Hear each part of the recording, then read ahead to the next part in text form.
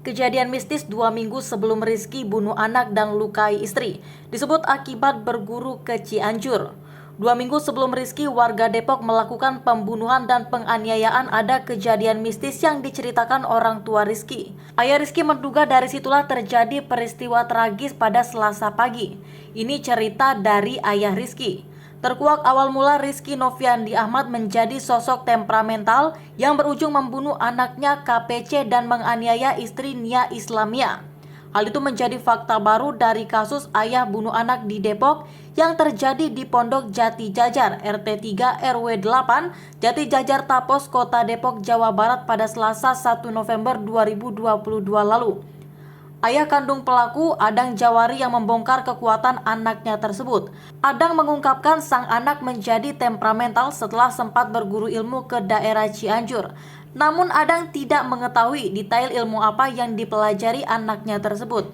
Jadi Rizky pernah bercerita ke saya, dirinya berguru ke Cianjur, ketika itu gurunya meninggal. Jadi Rizky pernah bercerita ke saya, dirinya berguru ke Cianjur. Ketika itu gurunya meninggal, jadi susah nyambut ilmunya itu, kata Adang pada Rabu 2 November 2022. Akibat sifat anaknya itu, Adang mengatakan dirinya sudah melakukan berbagai langkah agar bisa menyembuhkan Rizky.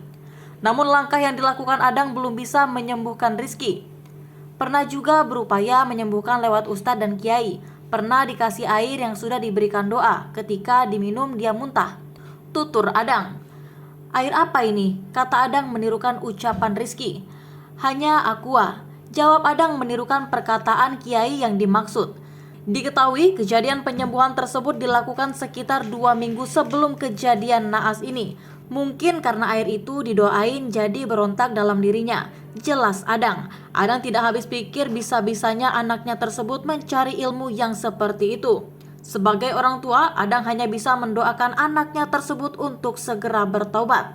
Tangis Rizky. Sementara itu, Rizky Noviandi Ahmad menangis saat dinasihati oleh Kapolres Metro Depok Kombes Iman Edwin Siregar. Itu ada barang bukti seragam anakmu. Kamu lihat hasil perbuatanmu, kata Imran kepada pelaku RNA yang menangis sesenggukan pada Rabu 2 November lalu. Menanggapi ucapan Kapolres Metro Depok, pelaku hanya bisa menunduk, menangis sambil beberapa kali mengucapkan maaf.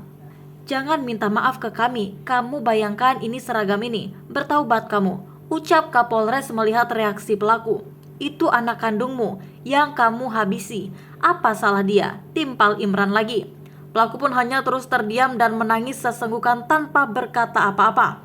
Imran mengatakan bahwa pelaku dijerat pasal 338 KUHP tentang tindak pidana pembunuhan, pasal 338 KUHP, atau pasal 44 ayat 2 dan 3 Undang-Undang Nomor 23 Tahun 2004 yang ancaman hukumannya adalah 15 tahun penjara.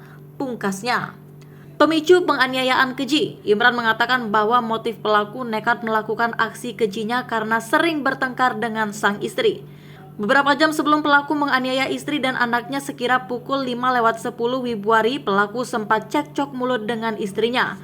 Korban kesal akibat pelaku kerap kali pulang pagi hingga akhirnya meminta untuk berpisah. Hal inilah yang membuat pelaku geram hingga kekesalannya memuncak seusai ia pulang menunaikan ibadah salat subuh dari masjid dekat kediamannya. Menjelang subuh itu pelaku salat subuh dulu ke masjid. Nah, istrinya minta cerai. Tiba-tiba pulang dari masjid, ternyata istri ini sudah rapi-rapi atau beres-beres barang, hendak keluar dari rumah. Dan korban anaknya sudah berpakaian seragam sekolah, siap-siap mau berangkat, ungkapnya. Di situ pelaku tak terima dan terjadilah cekcok mulut, hingga pelaku mengambil golok yang ada di kolong meja dan membacok istri serta anaknya.